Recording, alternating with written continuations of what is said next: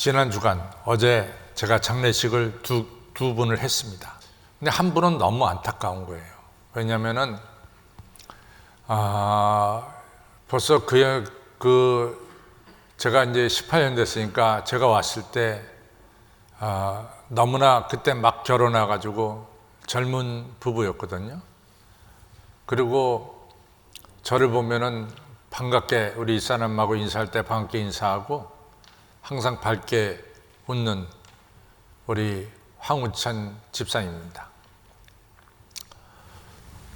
그런데 그 어머니는 여러분 아시다시피 홍경희 권사님이시고 또 아버지는 황병희 기업을 가지고 계신 회장님이시죠.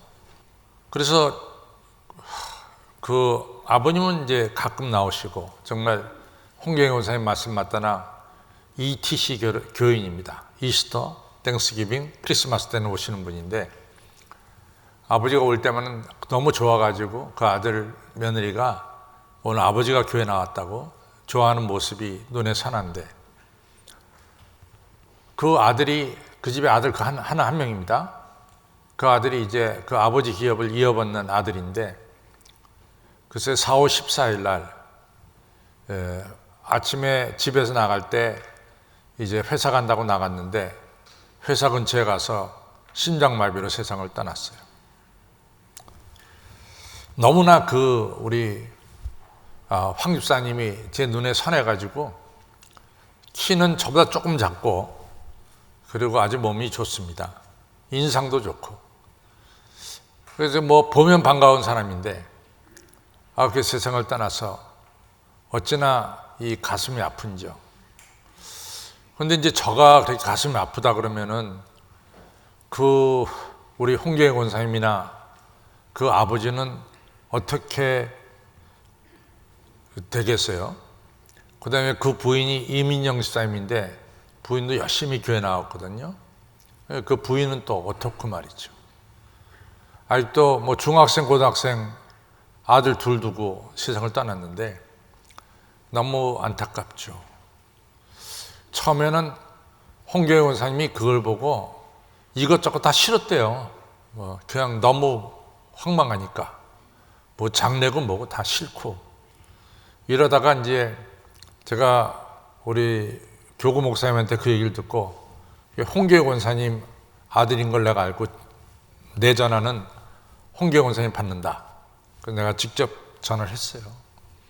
근데 홍 권사님 받더니 그 얘기를 하시더라고.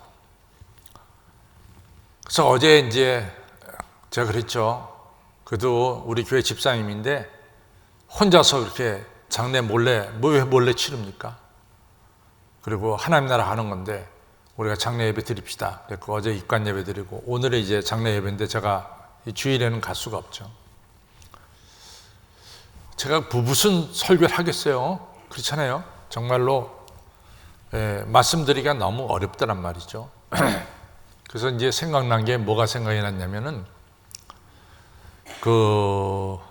누가복음 24장에 보면 뭐가 나오냐면은 예수님의 두 제자가 이제 너무나 슬픈 얼굴로 그리고 아주 절망에 빠져서 고향으로 그것도 성경이 참 극적으로 표현해요. 해가 지는 쪽으로 그것이 이제 서쪽이 해가 지거든요. 해가 지는 쪽으로 두 사람이 슬픈 기색을 하고 절망 속에서 고향으로 가는 거예요. 근데 그 가는 길에 어느 낯선 사람이 동행을 했어요. 낯선 사람이 이 두 제자에게 묻기를 어떻게 당신들 얼굴이 이렇게 슬픔에 잔뜩 젖어 있고 또 그렇게 절망스러운 얼굴로 이제 걸어가고 있습니까? 이렇게 낯선 사람이 여쭤보니까 두 제자가 하는 말이 아니 선생님은 근일에 최근에 예루살렘에서 이루어진 일을 모르십니까? 이렇게 이제 되물었습니다. 도대체 무슨 일입니까? 그랬더니 자기들은 예수님이 십자가 달려 죽으셨다는 거예요. 근데 예수님이 말과 글에 능한 자였다, 이런 얘기를 합니다. 근데 이것은 좀 설명이 필요해요. 말과 일에 능한 자다 할 때 말이라고 하는 것은 예수님의 말씀입니다. 그 말씀에는 능력과 권세가 있었고 다른 선생님들하고는 다른 능력과 권세가 있었고, 일에 능한 자다라고 한 것은 예수님께서 많은 기적을 행하셨다는 거예요. 앉은 병 일으키고 묻는 병자 고치고 죽은 자 살리고 오병이어 5천 명 먹이시고 너무나 이같이 능력의 일을 행하셨다는 거죠. 그래서 자기들은 이 예수님이 지금 이스라엘이 그 당시에 로마의 식민지국가 있잖아요.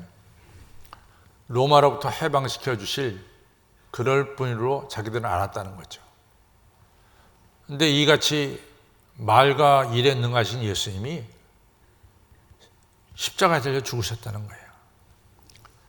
그러니 자기들이 너무나 실망하고 절망해서 이처럼 고향으로 내려가고 내고 있다, 이런 얘기를 하는 거죠. 그때 낯선 사람이 그 두 사람한테 성경을 가르쳐 주면서 그리스도가 이런 고난을 받고 영광에 들어갈 것이 아니냐, 고난을 통해서 영광에 들어간다라는 말씀을 전했어요. 그래서 성경을 가르쳐 주는데 날이 저물어서 저녁 시간이 됐습니다. 예수님은 낯선 사람 예수님이에요.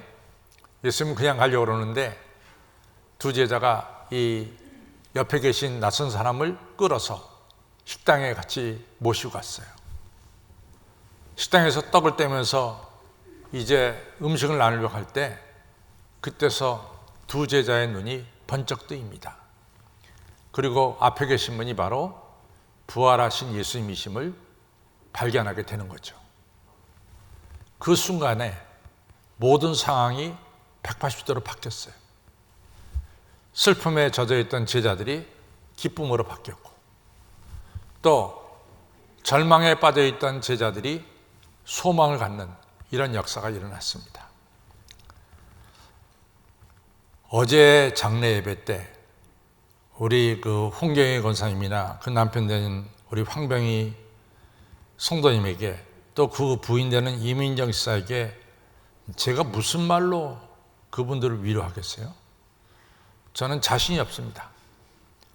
그러나 한 가지 분명한 것은 저분들이 부활하신 예수님을 만난다면은 그래도 슬픔을 넘어서 이같이 소망을 가질 수 있다, 이렇게 저는 믿었습니다.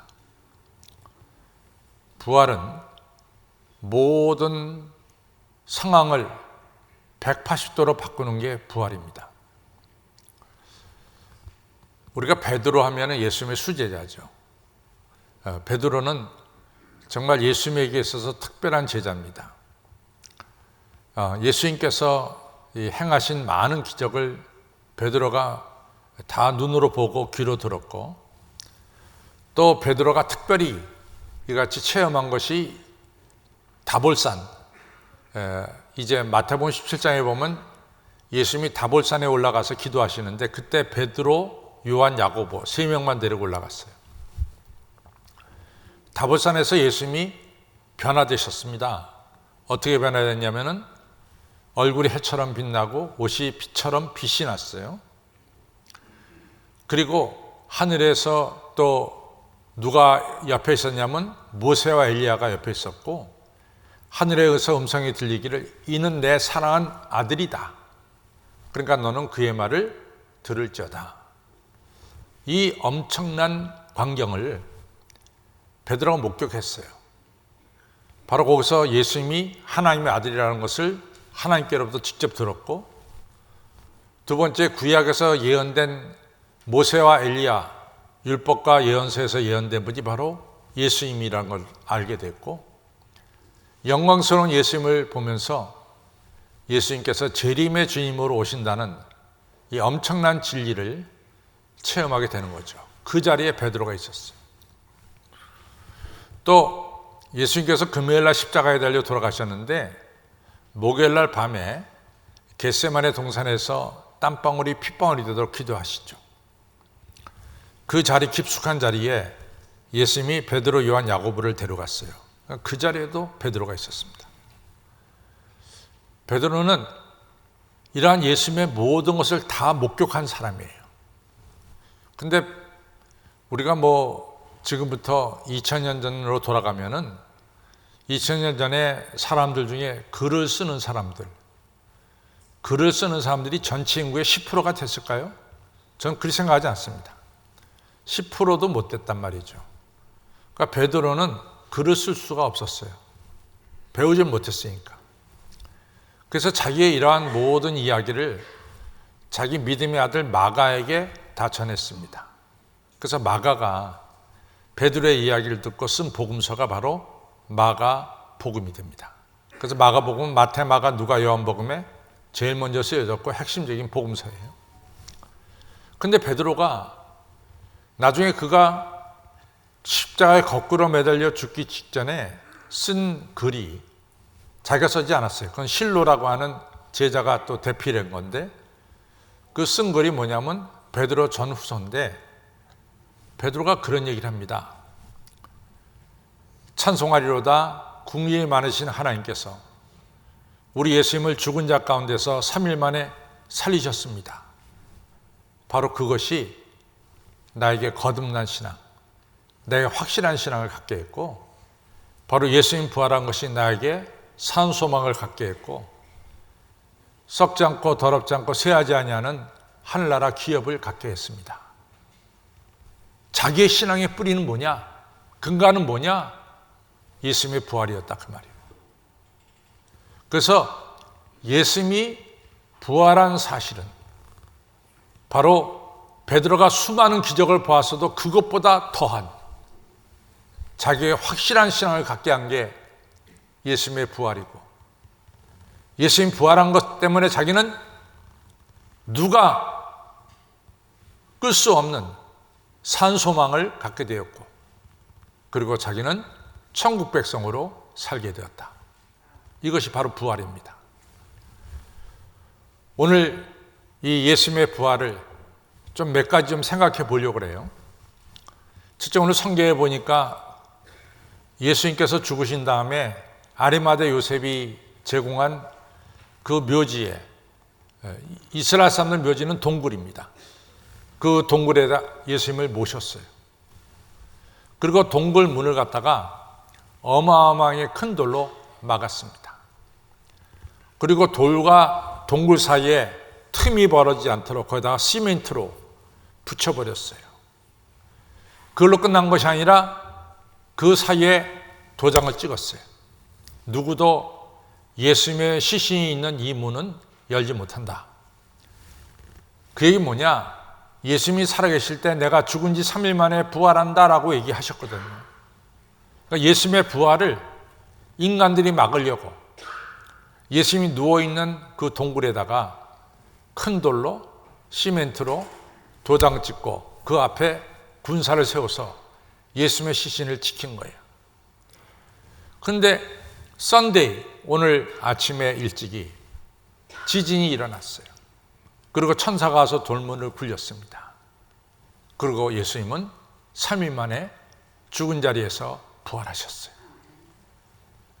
이 사실은 우리에게 중요한 메시지를 전하는 거예요. 하나님의 뜻은, 하나님의 의로운 일은 뭡니까? 여러분과 저를 죄악에서 건져내고 죽음에서 살려서 영원히 사는 하나님의 자녀 만드는 것이 하나님의 뜻이고 하나님의 의로운 일입니다. 이러한 하나님의 뜻과 하나님의 의로운 일은 인간이 막을 수가 없다는 거예요. 인간이 별짓을 해서도 막을 수가 없는 거예요. 아무리 거기다가 돌을 갖다 놓고 시멘트하고 군인 갖다 세워서 막은다 할지라도 하나님의 일은 누구도 막을 수가 없습니다. 이것을 보여주는 것이 열린 돌문입니다. 여러분과 제가 구원받아서 지금 하나님의 자녀된 것은 누구도 막을 수 없는 하나님의 역사예요. 너는 절대로 구원받으면 안 돼. 아무리 인간이 뜯어 말려도 하나님께서 여러분과 저를 구원하시는 이 일은 막을 수가 없어요. 하나님의 뜻, 하나님의 의로운 일은 누구도 막을 수가 없어요. 하나님의 뜻, 하나님의 의로운 일은 뭡니까? 하나님의 공의와 하나님의 사랑입니다. 따라서 조금 더 발전시켜 보면은 히틀러가 그래서 이길 수가 없었고 푸틴도 절대로 이길 수가 없어요. 틀림없이 무고한 생명을 죽인 푸틴은 엄청난 하나님의 심판을 받을 줄로 저는 확신하고 있습니다. 누구도 하나님의 공의, 인간을 살리려는 하나님의 뜻을 누구도 막을 수가 없습니다. 그것이 열린 돌문이에요. 스탠리 존스라고 하는 인도 선교사가 종교회의에 갔어요. 갔더니 거기에 이슬람 대표도 왔는데 이슬람 대표가 공개적으로 말합니다. 우리가 생각하기에 기독교는 허구를 믿는 것 같아. 허구. 왜냐하면 자기들이 신봉하고 있는 마호메트가 분명히 역사 속에 살아 있었고 그 다음에 죽어서 지금 이 메디나라고 하는 곳에 이 마호메트의 이 묘가 있습니다. 누구도 지금도 메디나에 가면은 마호메트의 묘를 볼 수가 있습니다. 근데 기독교들은 예수님을 믿는데 예수님이 살아있다, 이 땅에 오셨다라고 했는데 뭐로 증명하느냐? 예수님의 무덤은 비어있다. 그러니까 예수님이 정말 이 땅에 계셨는지 우리가 알지 못하겠다. 이런 식으로 얘기를 했어요. 그때 스탠리 존스가 말하기를 오늘 참 잘 말씀하셨습니다. 예수님의 무덤은 없습니다. 예수님은 부활하셨기 때문에 무덤에 더 이상 있을 수가 없습니다. 여러분들은 죽은 마호메트를 여러분들은 숭상하지만은 우리들은 살아계신 부활하신 예수님을 믿습니다. 그러면서 말하기를 부활하신 예수님이야말로 예수님께서 십자가에 달려 죽으셔서 우리의 죄를 다 씻으신 것을 확증하시고 우리가 깨끗해졌다는 것을 도장 찍어주신 것이 바로 예수님의 부활입니다. 여러분과 저가 다요, 안중근 의사가 우리에게 존경받을 만한 우리 조상이라고 하는 걸 갖다 누가 부인하겠어요? 어느 누가 여기서 안중근 의사가 우리가 일제 암울한 시대에 이 독립을 위해서 힘쓴 훌륭하신 분이란 걸 누가 부인하겠냐 말이죠. 그래서 안중근 의사입니다. 그러나 안중근 구세주는 되지 못해. 안중근 의사가 우리를 죄악에서 건지셨다 이런 말 못하는 거예요. 예수님께서 얼마나 선한 일과 좋은 일 많이 하셨어요? 그리고 예수님 죽으셨어요. 그러면 우리는 예수님을 예수님 의사 이렇게 부를 수 있어요. 아마 인류의 역사 속에 이 땅에 살다 간 사람 중에 의로운 일을 가장 많이 한 사람 중에 한 명을 꼽으라. 그러면 우리가 예수님을 꼽겠어요. 그러나 예수님은 우리의 구세주가 되지 못합니다. 예수님이 십자가에 달려 죽었다가 부활하셨기 때문에 예수님이 십자가 위에서 여러분과 저의 죄를 대신 지시고 죽으셨다라고 하는 이 귀중한 사실이 확증이 된 거예요. 예수님이 부활하지 않았다면 예수님은 안중근 의사처럼 의사로 끝나는 거예요. 선한 사람. 그러나 예수님께서 죽으시고 부활하시기 때문에 예수님은 우리의 뭐가 됩니까? 구세주가 되는 거예요. 나의 죄를 깨끗하게 씻은 것을 도장에 찍은 거예요. 그렇죠. 그래서 사도 바울은 너무나 명확합니다. 고린도전서 15장에서 만일 여러분과 제가 죽는 자가 다시 사는 일이 없다면 예수 그리스도도 살지 못하시리라. 예수 그리스도가 죽은 자 가운데서 다시 살지 못하셨다면 오늘 우리의 믿음은 다 헛것이다. 예수님이 죽은 자 가운데 다시 살지 못했다면 예수님을 믿는 여러분과 저는 세상에서 가장 바보스러운 사람들이다. 오늘 우리의 믿음의 근거는 어디 있느냐? 바로 예수님의 부활에 있습니다. 부활신앙이 얼마나 중요한지 모릅니다. 예수님이 부활하셨기 때문에 여러분과 저의 모든 죄가 십자가에서 사함받았다는 것을 예수님의 부활이 확증시켜주는 것이 예수님의 부활입니다. 아무쪼록 여러분들 예수님의 이 부활을 확실하게 우리 안에 모시고 믿으시기를 바랍니다. 부활은 세 개가 있어요. 부활은 세 개가 있습니다. 하나는 2000년 전에 오늘 성경 말씀대로 무덤문을 여시고 부활하신 예수님의 부활입니다. 2000년 전에 이루어진 일이에요. 그것을 과거라고, 시제를 보면 과거라고 말할 수 있죠. 현재는 뭐냐? 부활하신 예수님이 오늘 이 시간 내 안에 영접하면은 누구든지 아들이 있는 자에게는 생명이 있느니라. 부활하신 예수님을 모신 자에게는 부활하신 예수님이 영생을 가진 것처럼 여러분과 저도 영생을 가진 하나님의 아들, 딸이 되는 거예요. 요한복음 5장에서 진실로 진실로 내게 이르노니 내 말을 듣고 나 보내신 자를 믿는 자는 그 안에 생명이 있느니라. 심판이 있지 않고 생명이 있느니라. 사망에서 생명으로 옮겼느니라. 요한복음 5장 25절에 나오는 말씀이에요. 사랑하는 성도 여러분, 오늘 현재의 부활은 여러분과 저가 이 시간 예수님을, 부활하신 예수님을 영접하는 거예요.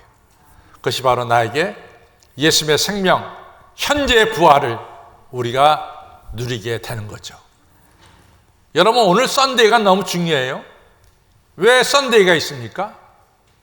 부활하신 예수님을 찬양하고 예배하기 위해서 오늘이 있는 거예요.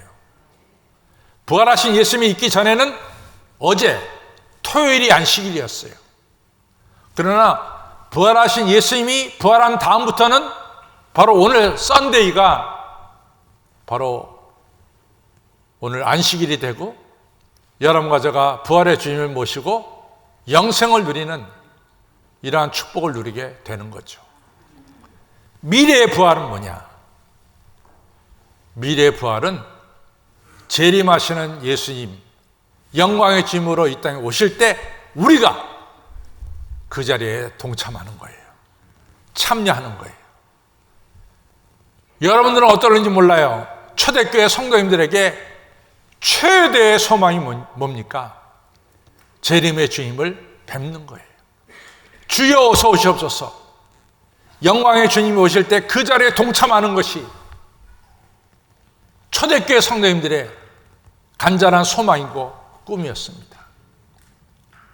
바로 부활하신 주님을 찬양하고 부활하신 주님과 함께 영광을 돌리는 여러분과 저가 장차 미래의 부활에 재림의 주님 이 땅에 오실 때 그 영광의 자리에 참여하게 될 줄로 믿습니다.